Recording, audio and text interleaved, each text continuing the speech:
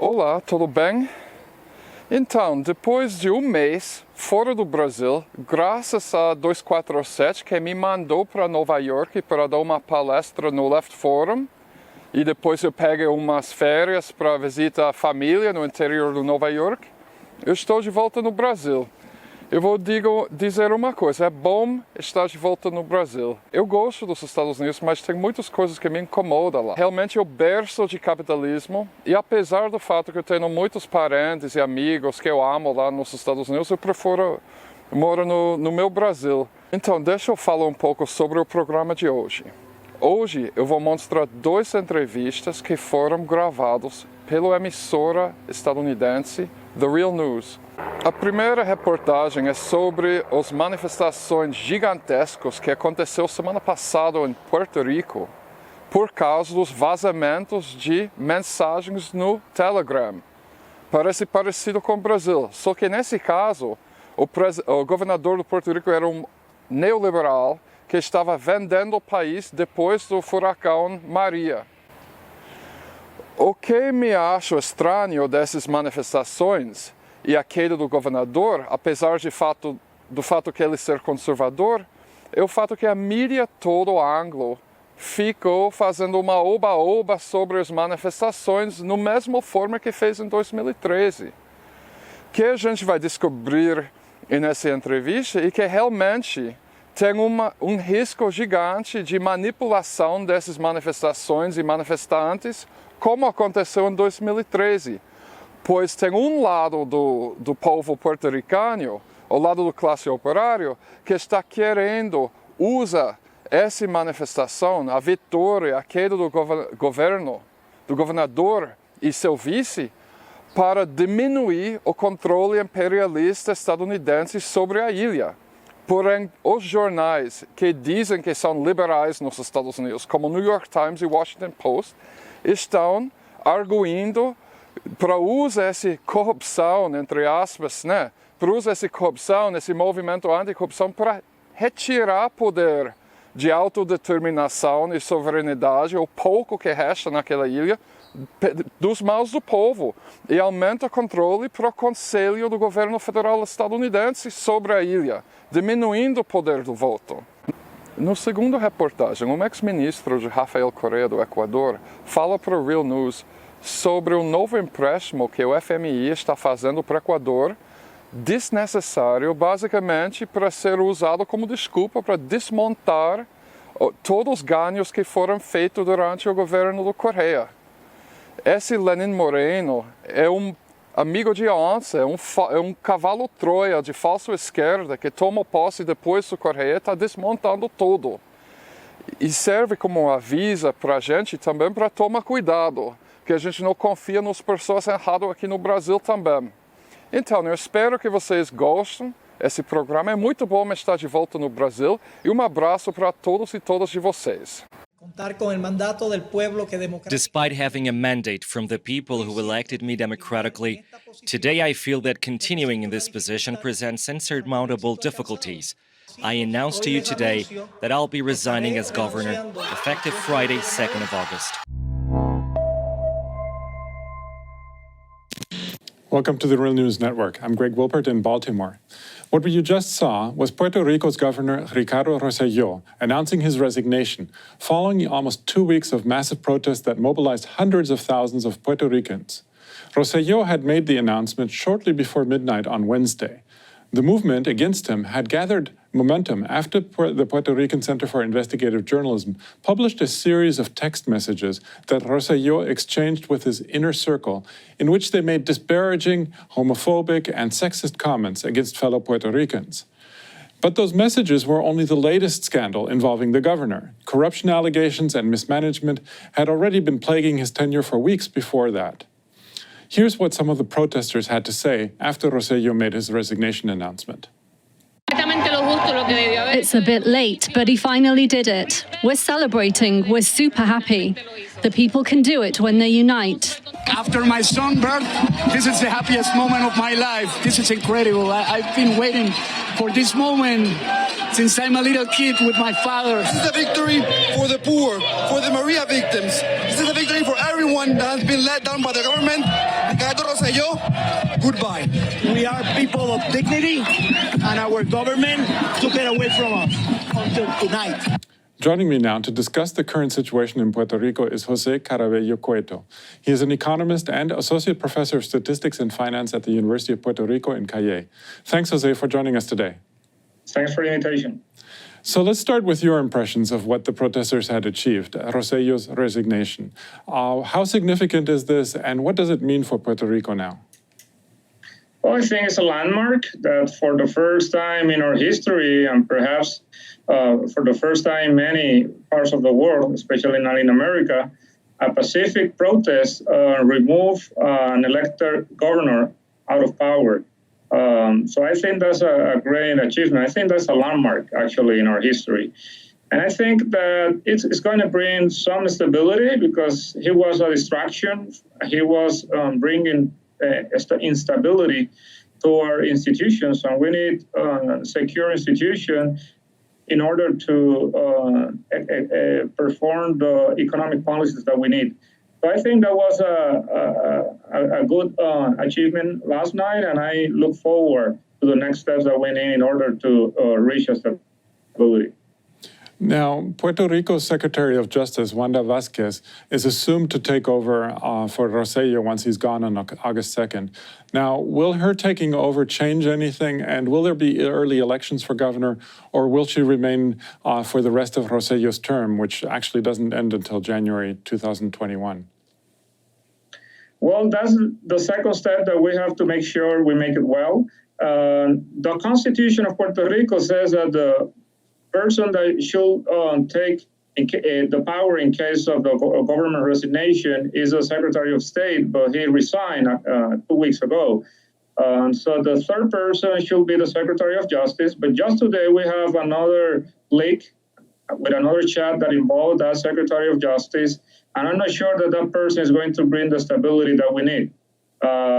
My suggestion is that all the parties involved, especially all the sectors and all the political parties, look for a person of consensus that can actually get us to the next year, and elections are going to be held on next year. So I know there are many people that can do that transition, but we have to make sure that we look for them.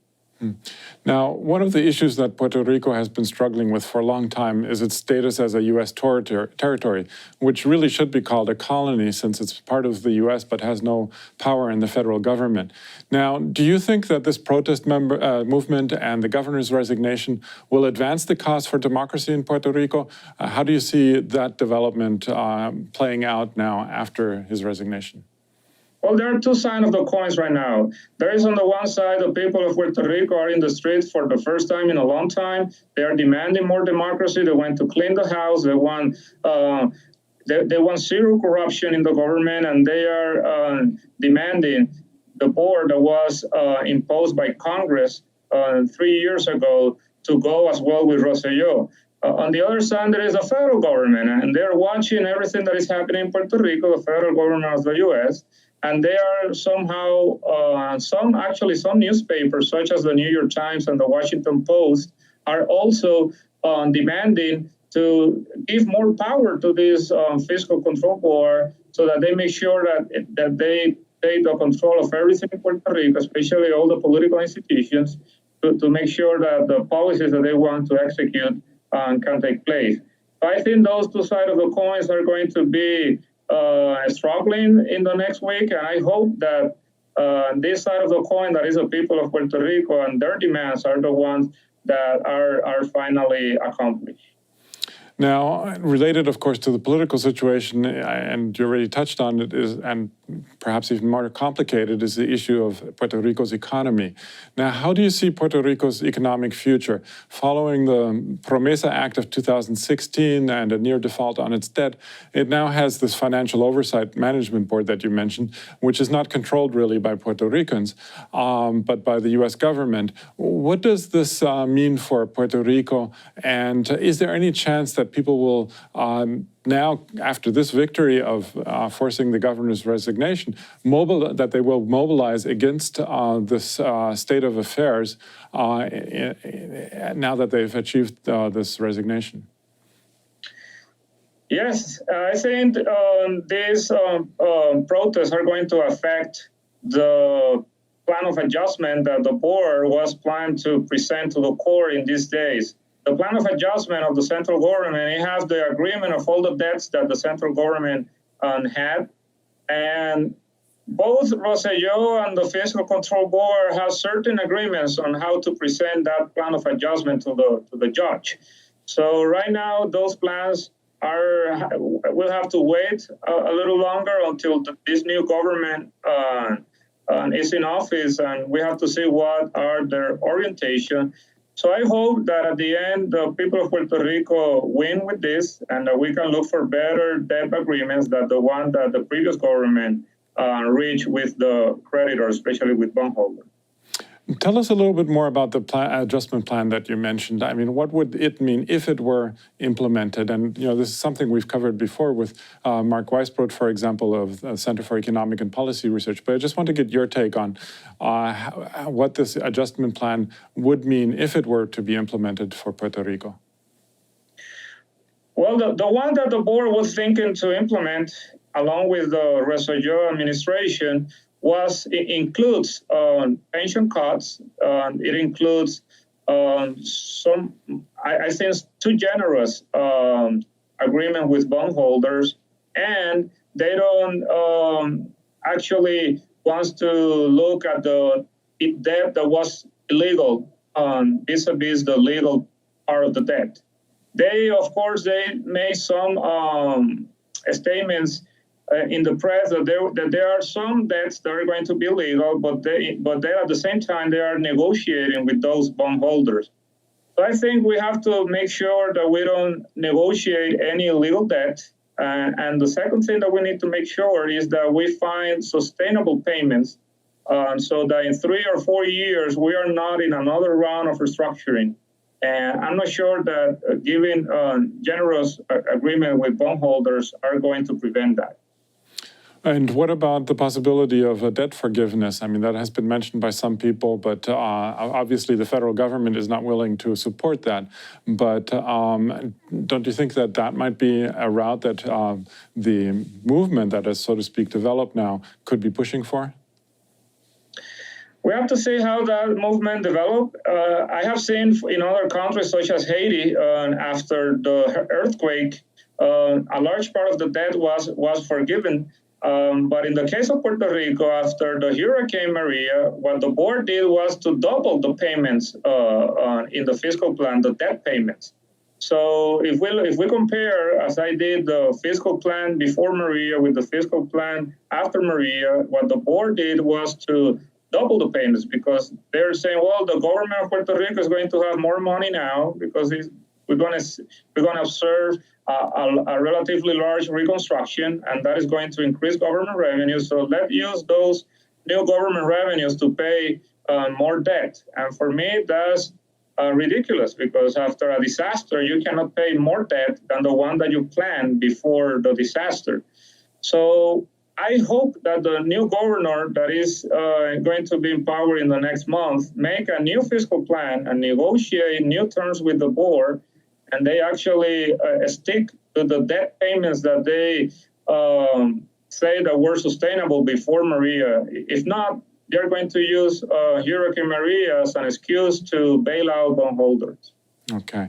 Well, we're going to leave it there for now, but of course we're going to continue to follow the situation in Puerto Rico. I was speaking to Jose Caraballo Cueto, economist and associate professor at the University of Puerto Rico. Thanks again, Jose, for having joined us today. Thank you. And thank you for joining the Real News Network.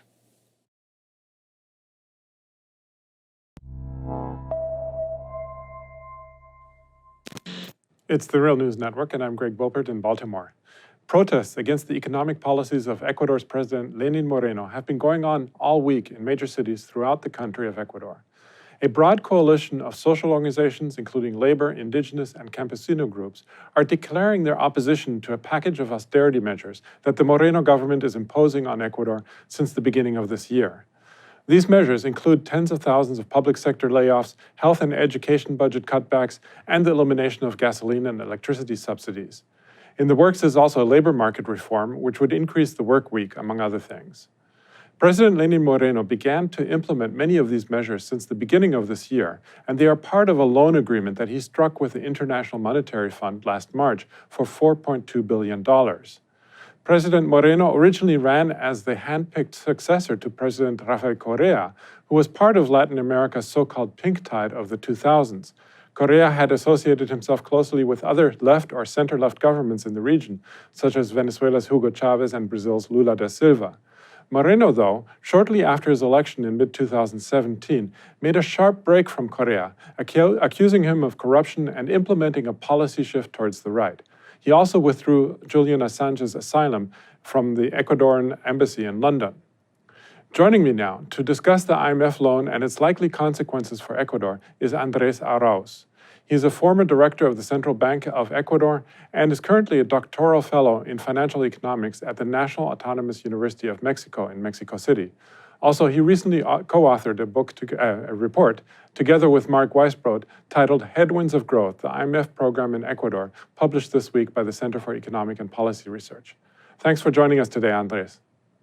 Thank you for the invitation, Greg. So let's start with why Ecuador even went to the IMF. Why was it even necessary? And if so, why? And if it wasn't necessary, why not? What do you think? Well, the circumstances in which Ecuador asked the IMF for a loan are very strange. Usually in Latin America, countries ask loans when they're in trouble, in crisis conditions. But in this case, Ecuador was growing. It had a positive real GDP growth. It had sufficient international reserves. It had a stable balance of payment condition. And the overall situation in the economy was not bad. Not to say it was excellent, but it was not definitely a crisis condition or even recessionary. The political right in Ecuador had been demanding an IMF agreement for the last 5 or 6 years, even during the Correa presidency, because they said that an IMF agreement would be the only thing that would sort of anchor the economic policy of Ecuador in the medium term. So the true political objectives of seeking the IMF loan by the Moreno government had nothing to do with the financial or economic situation, but rather a policy orientation to anchor the political economy and the economic policy of Ecuador for the next 4 to 5 years. In what we can see a similar pattern that has been occurring in the other loans throughout Europe and in Latin America as well. So give us a brief summary of what the IMF loan agreement with Ecuador is like, and what do you foresee as being the main consequences of its implementation for Ecuador? Okay, so the IMF agreement, I would call it deeply ideological.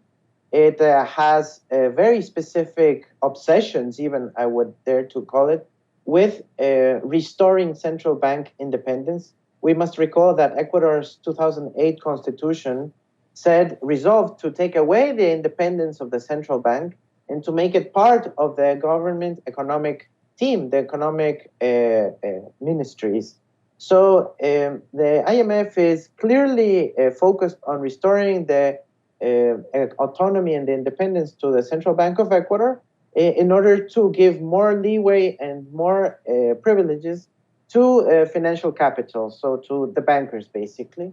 And that independence entails basically forbidding the central bank from granting loans to the central government, to a government. It forbids the public financial sector, which is fairly large in Ecuador, to engaging with the government. So it prohibits them to finance public investment.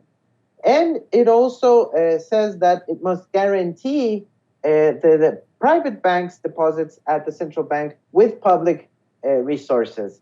So basically institutionalizing a bailout mechanism within the Ecuadorian financial economic structure. These are the main IMF institutional changes that require certain economic policy orientations, which basically imply a huge austerity package that would have consequences in Ecuador's real economy.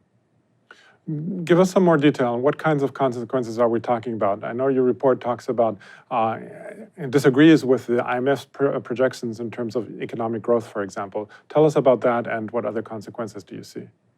Okay, so we've titled the report Headwinds to Growth because it is a phrase that is recurrently being used by the IMF in the report when referring to their austerity package. The IMF finally admits that their policies, the ones that are recommending as part of the conditionality agreement, will have a negative impact on economic growth. So that's by the IMF's own admission.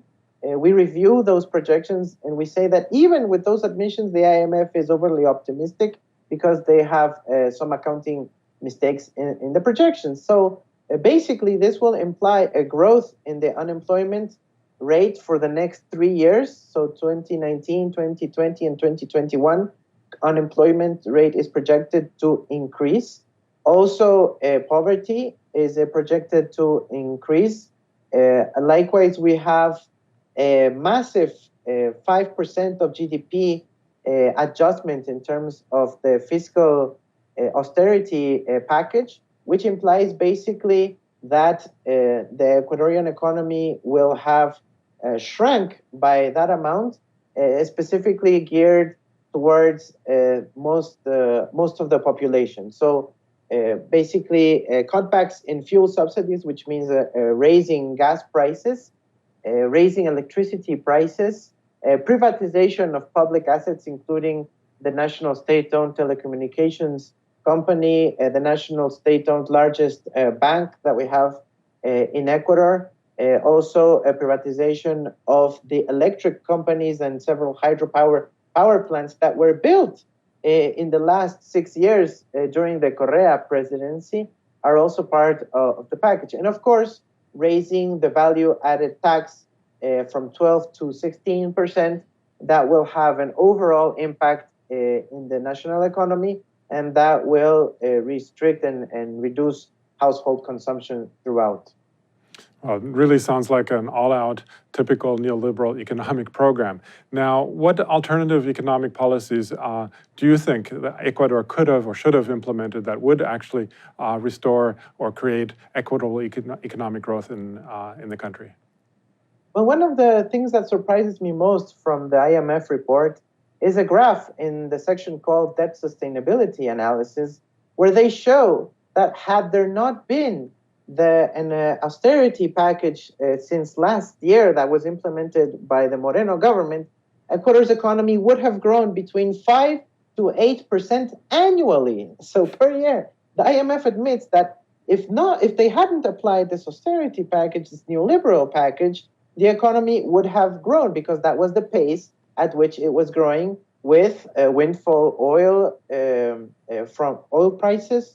And also, the other thing is the Moreno government pursued a tax amnesty that gave away about 1% of GDP to the largest transnational oil corporations that had evaded taxes in Ecuador. So if they needed the money, they could have just basically, pursued normal tax collection strategies by optimizing the tax evasion from the transnational oil corporations. We must recall that Ecuador is an oil-dependent economy. About a third of all of its exports are oil exports, measured in monetary terms. So it's a lot of money that could have been gotten that way. Now, what was really needed to happen was continued public investment. The Correa government left a development plan, including public infrastructure program, for the next 20 years. So at least a part of that public infrastructure program could have continued and could have been financed with domestic liquidity that was available and continues to be available, and also with foreign partners from all over the world that were interested in financing the public infrastructure program that characterized Correa's government. Wow, this is really quite a turnaround from Correa to Moreno, which we've reported on before here on The Real News.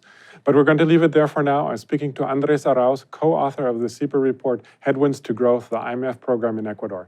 Thanks again, Andres, for having joined us today. Thank you again. Bye-bye. And thank you for joining The Real News Network.